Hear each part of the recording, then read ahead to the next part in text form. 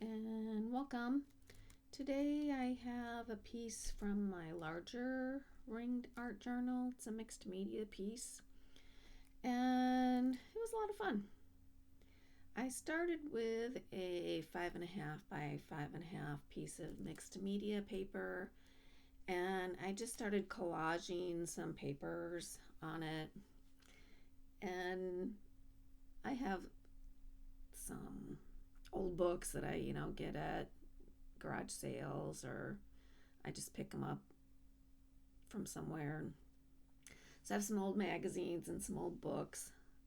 I have a bunch that are like air flight related, which is kind of neat. And I have some music, like an old church hymnal that I'll use to get scraps from. And so I'm just kind of picking some papers and laying them down.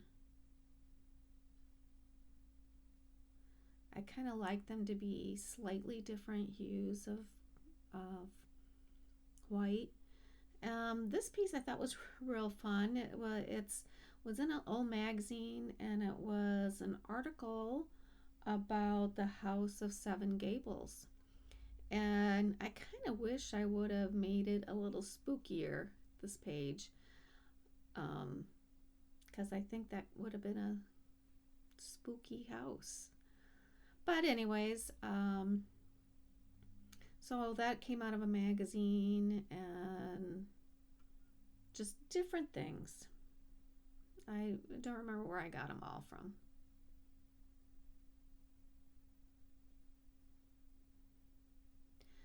That one is from also a flight book or magazine. I also have some old recipe books that I pull from, which is fun.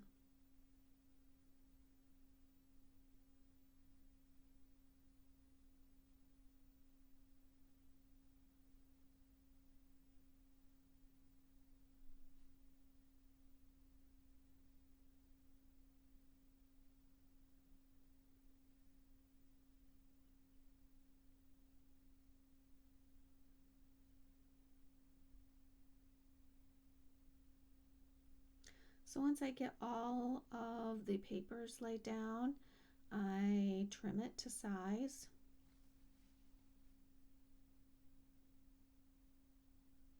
Oh, by the way, I did use my Tombow glue stick for laying these. When you're doing light papers like that, you can use a glue stick.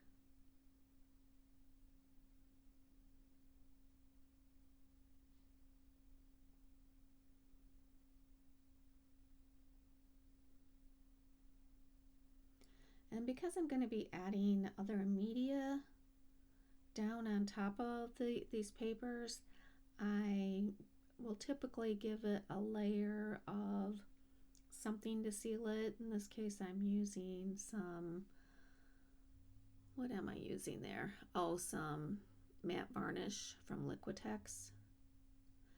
But I'll use clear gesso.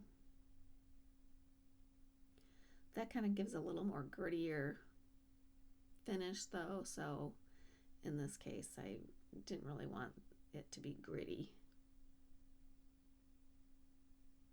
Could use collage medium. And now I'm going to use a stencil just to add some color.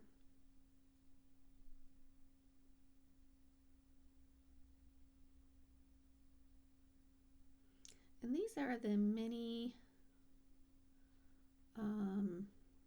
blenders from, I think, Stampers Anonymous, or I think. And they're real nice for going inside a small stencil like this to get the small areas.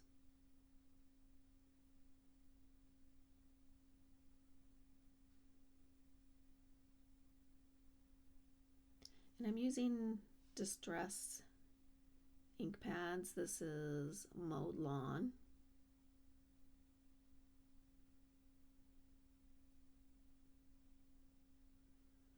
I don't have a bunch of the blender tools, so I do switch out the pads.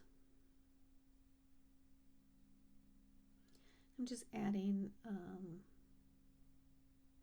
a post-it note just so I don't get it on my fingers and transfer it to a spot that maybe I don't want it, the ink. And here I'm using Wilted Violet.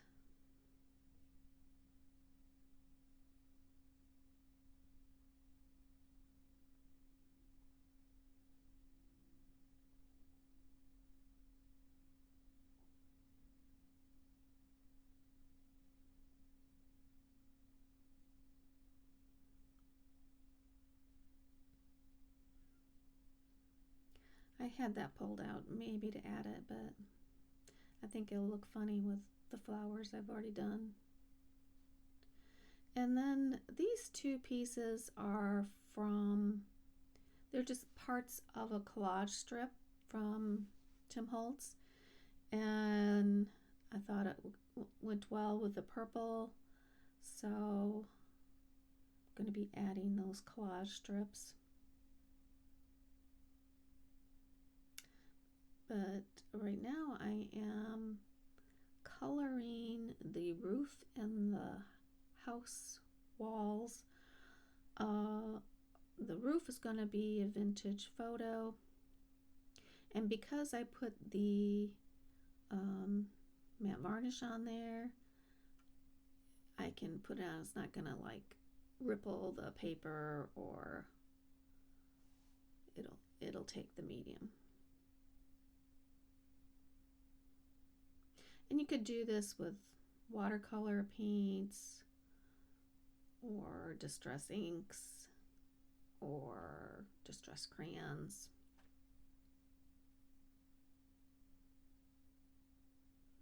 And then the house walls, I'm using speckled egg, and you can't really tell. I mean, you can tell a difference as I'm doing it, but later on, after it dries, you really can't tell I've done anything.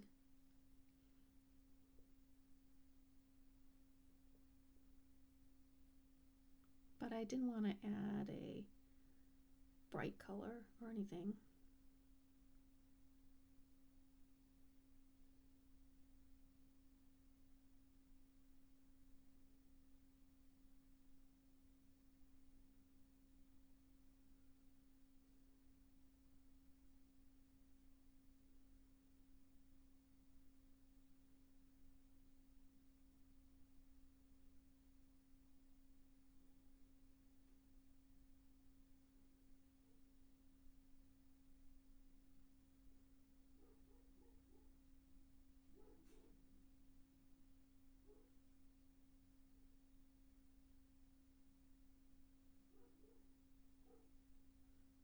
With a dog barking next door.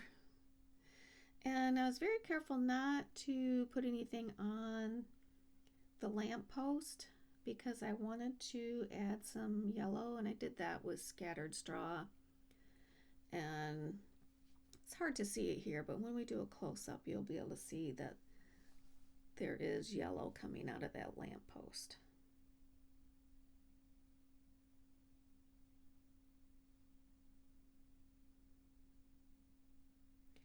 And because these collage strips are a little bit thicker, I'm securing them with liquid glue, and I also did a little bit of vintage photo around the edges, at least that number strip. I'm not sure if I did on the steamer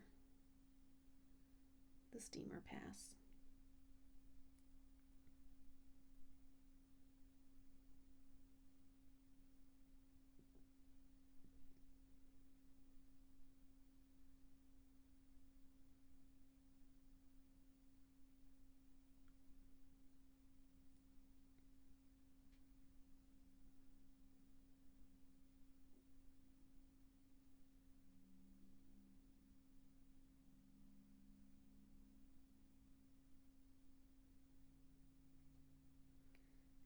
just gonna distress the edges a little bit with vintage photo.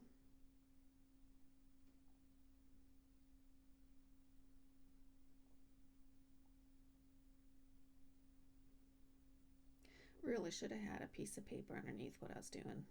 It doesn't work too well on top of that mat I have there.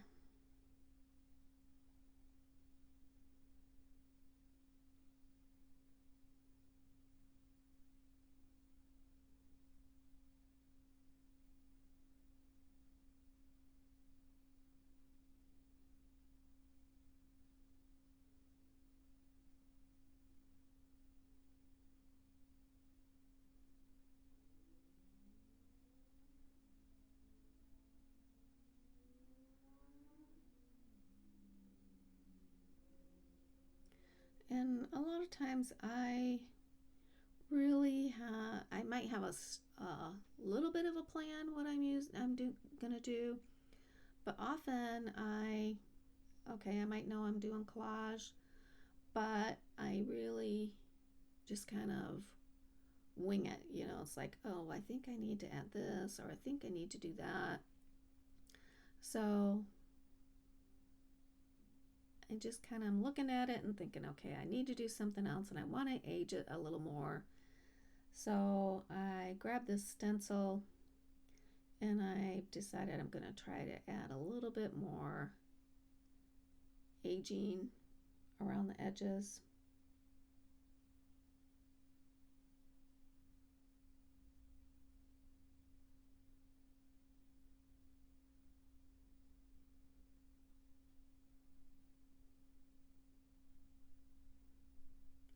And this stencil is just one I cut on my Cricut.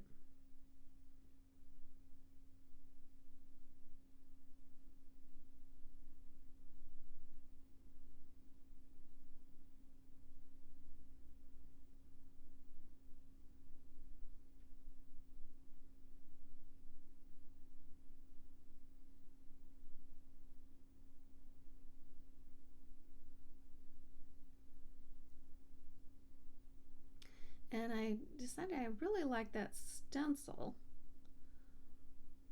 I think it goes well with the Seven Gables era.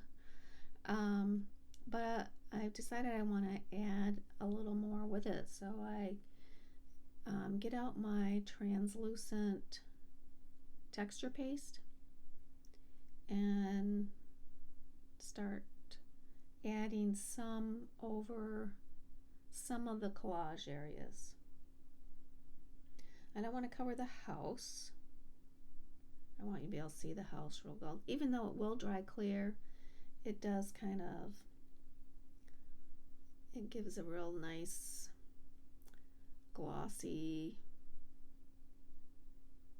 look to it. So I'm just kind of doing the upper right portion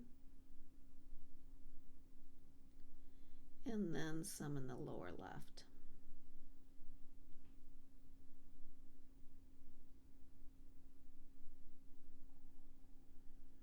It kind of goes on like, I've heard someone say like yogurt, and that's, yeah, it does kind of go on like yogurt,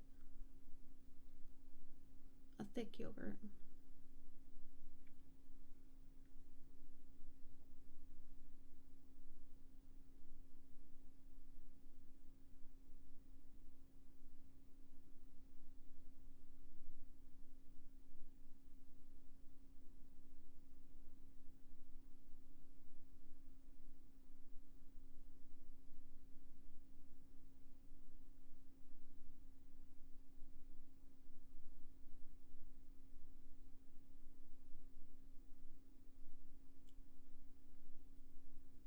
And when you lift it off, you can, like at the top edge there, I don't like how it is, so I kind of fix a little bit of that. But that's the last thing I do, and so it's pretty much done. I'm going to set it aside for it to dry. But soon here you'll see the finished piece.